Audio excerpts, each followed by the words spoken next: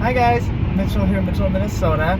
Welcome back to my channel, the channel that puts out one video every 400 years. I am so sorry. I want to put out more videos. I think a lot of us do, because I think, you know, Little Kansas Kitty at least is on Instagram and YouTube, like, and killing it. So many of you are just doing amazing stuff. But I've been thinking about everyone and just kind of wanted to check in. So I was driving, I went and picked up a vacuum cleaner I bought, because that's where my 33-year-old brain is at. I love having a nice vacuum cleaner. Stick vacuum cleaner, very cool. So I just thought I'd check in, see how everybody's doing, because that's what these kind of blogs or vlogs or whatever are for. In terms of weight, I'm not going to beat around the bush. The pandemic is not, because it's continuing on, at least in Minnesota, it has not been kind to me, okay, in that I got down to 199, and I have been fluctuating between 199 and 220 for a year and a half.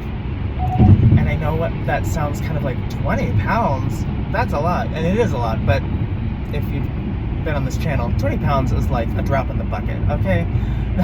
We don't want it to be like that, but here we are. And right now I fell into the trap of being the holidays and like very apathetic and not caring, which is really a part of what it is right now. And that really, I'm not going to delve too deep into it, because again, I really want to do a video just on how I've been feeling, because when we lose weight, or at least my thought is that when we lose weight, other things may creep up for good, not good, or to better ourselves. And that's how I try to look at it, to better myself. And right after I kind of fell off the face of the YouTube earth here, I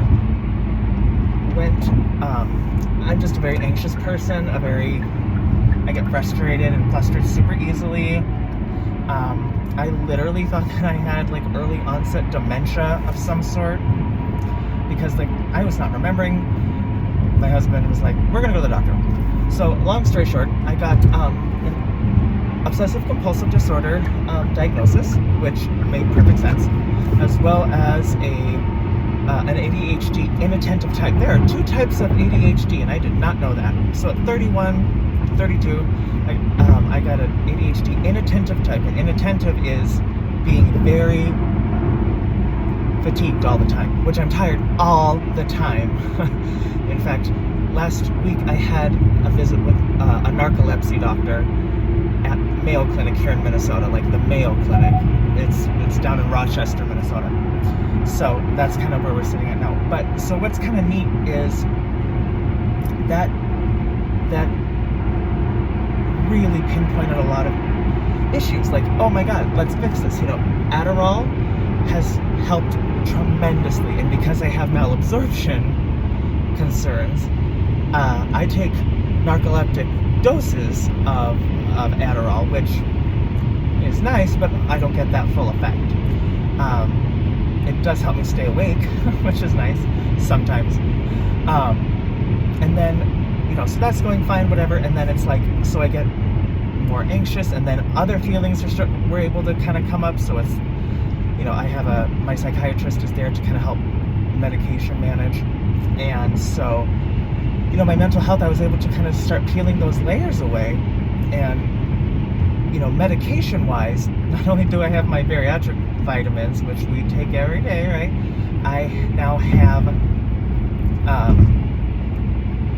I take Wellbutrin and generic, of course, Wellbutrin and Lexapro. And Lexapro's new as of like last week. And they are to help with anxiety, they are to help with, I did not even know that I was depressed, because apparently depression can look a million different ways. And because I am a very bubbly person most of the time, but with everything going on, and then I guess some of the medication that I was on, it left me feeling very flat. My affect was non-existent, right? So that was not cool. And And also the medication is to help with my obsessive compulsive disorder, because, you know, if you go back and look in my videos, you'll see my facial movements and little tics and stuff that I do, which are the least of my concerns. I've had to go back and film videos because of my rituals or tics or things like that, and that's not something that I ever thought I'd be able to say out loud. But they are absolutely 100%, I'd say 70% reduction in obsessive compulsive tendencies and compulsions, which is freaking amazing. And I'm happy about that.